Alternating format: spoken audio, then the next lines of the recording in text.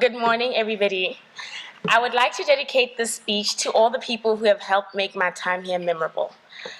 The Schmagers and the Schmager sweethearts, Chris Browner, Ms. Borkin, Mr. I.T. Thompson, coaches and players on the football team, Debbie, Mai, and Dima, all the Centen ladies, Mr. Warner, Miss Lee, Xavier, the crew G6 girls, Miss Watts and Miss Adrian, and last but probably most, to my roommate and one of the most amazing people I have met, and someone I have grown to love like family, Miss Taylor Poiker.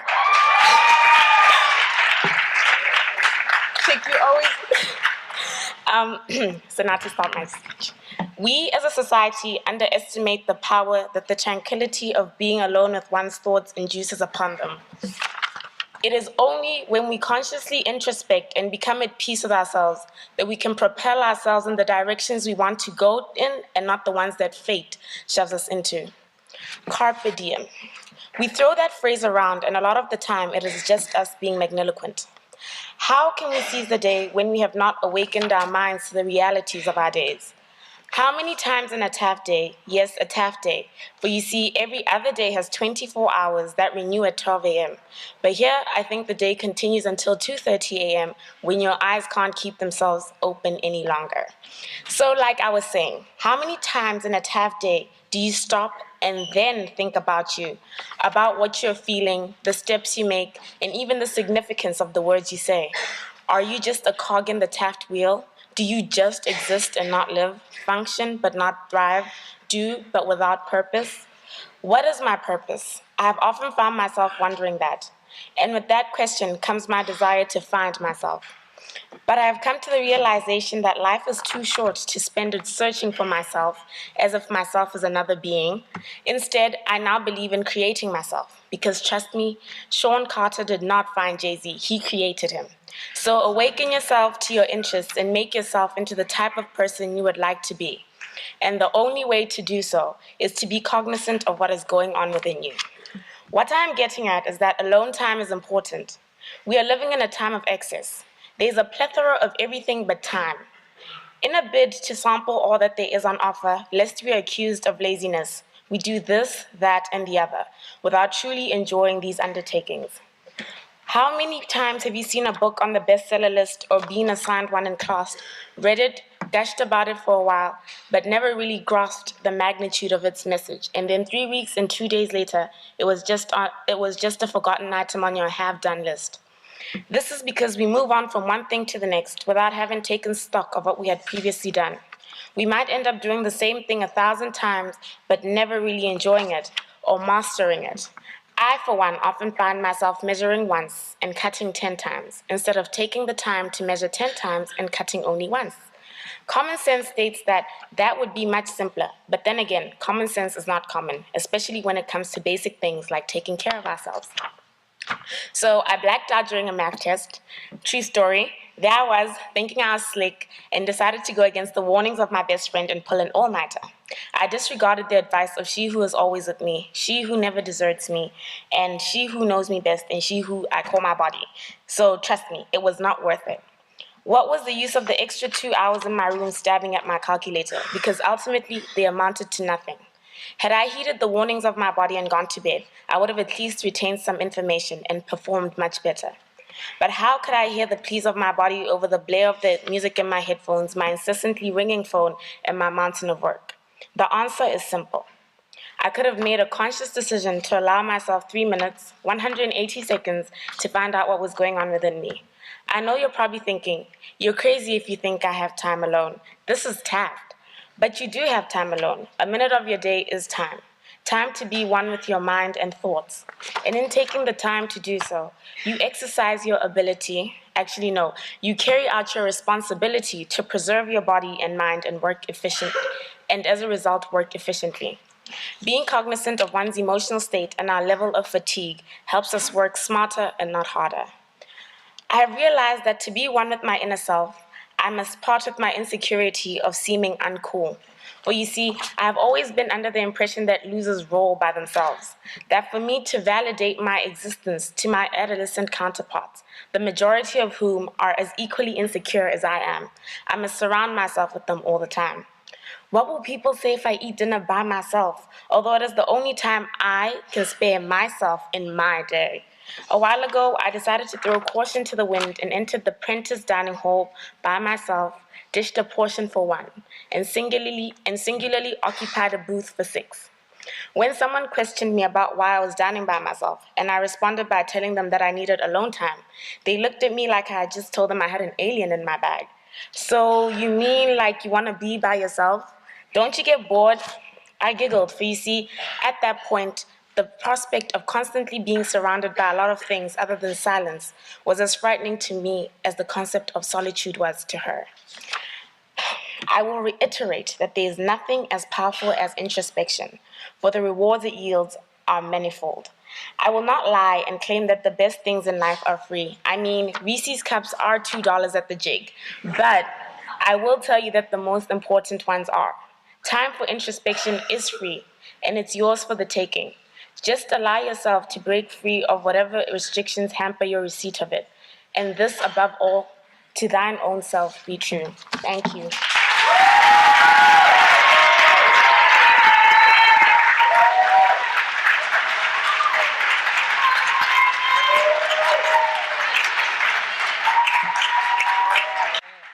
I'll just start off by saying this is not a senior speech. Sorry to disappoint, but yeah. All right. So this March, I, Kelsy Camilo, and 14 of my peers ventured off to the Dominican Republic with Miss Lenz and Miss Adrian. We went to the Highborn Orphanage as Outreach 360 volunteers, all for different reasons, but ultimately to make a positive difference within the Highborn community. At first, living in the orphanage seemed like an environment we would never get used to. For starters, we learned about military showers, and we're only allowed a maximum of 1 shower per day. And with the weather being 85 degrees, that was definitely not a good thing. We needed more showers. We were also told that we couldn't bring any flat irons, and which presented a great struggle, well, for myself because I am curly haired, and that's an issue. And an even greater challenge for our fashionista diva-esque Lauren Ago.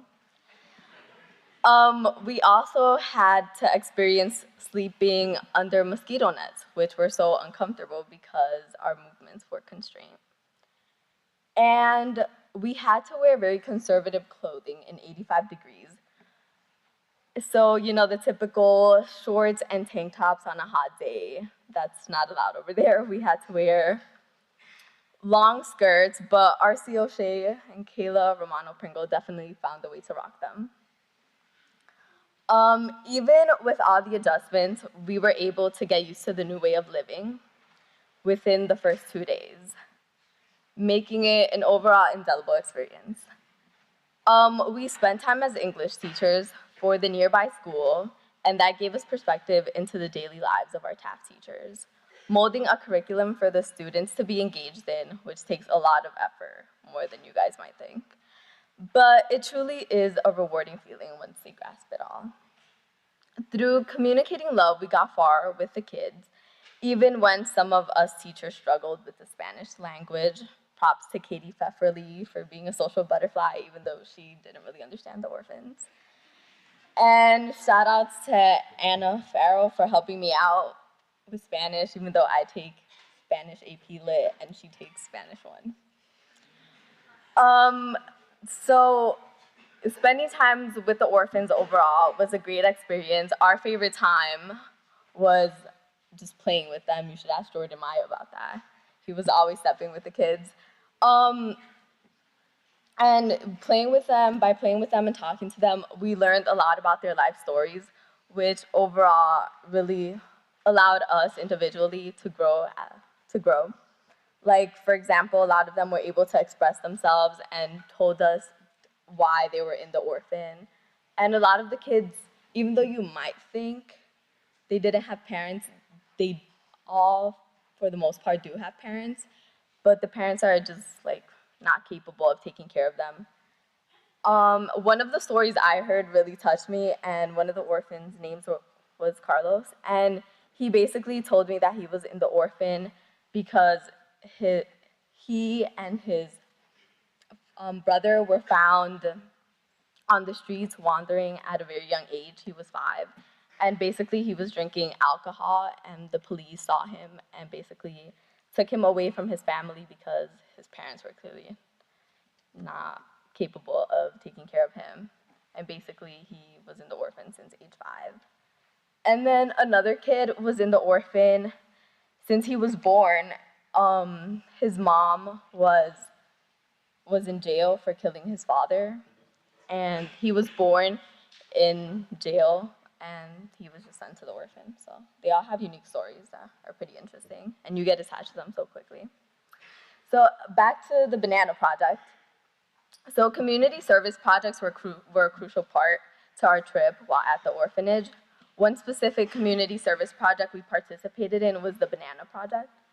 The orphanage is fortunate to have 28 acres of property. Therefore, the director, Latia's idea in a way to best utilize the farmland is to begin growing bananas. Latia initiated the self-sufficiency project in order for the orphanage to become more financially stable. And on just one morning while we were there, we knocked down a building to allow for tractor access and helped pick up nearly 20 full garbage bags of trash near the lagoon. Bananas are the second most important agricultural export of the Dominican Republic. The annual banana revenue for the Dominican Republic is approximately $200 million. Outreach 360 donors have donated 15,000 of the necessary 40,000 upfront expenses to get their program going. We as Taft have pledged to raise a minimum of $1,000. So so far nearly 10,000 banana trees have been planted. And the largest initial expense remaining is building a washing/packing station to clean and disinfect the bananas, to wrap the bananas and package them in boxes for shipment. Being at Highborn Orphanage for merely a week allowed us to build a bond with the orphans and the community as a whole. We want to help them become more financially stable in order to strive to provide a better living environment for the students. And basically, so as you guys saw, the slideshow had pictures of the first one was the Banana Project and the plantations and all that. So we want to raise money for them. And basically, we're starting tonight by selling burgers and nuggets after study hall, so stay tuned for that. And if you guys have heard, the Jack Rogers raffle is starting up, and each ticket is $5. And if you win, you get your personal choice of colors and size for your Jack Rogers. And next year, some of the people remaining here from the orphanage outreach, they want to start up a club. So if you guys are interested in joining that, feel free to do that. And Taft has been volunteering with this organization for over 8 years. And this is our chance to expand our service and have a positive impact on the community the other 51 weeks of the year when we are not in the Dominican Republic. Thank you.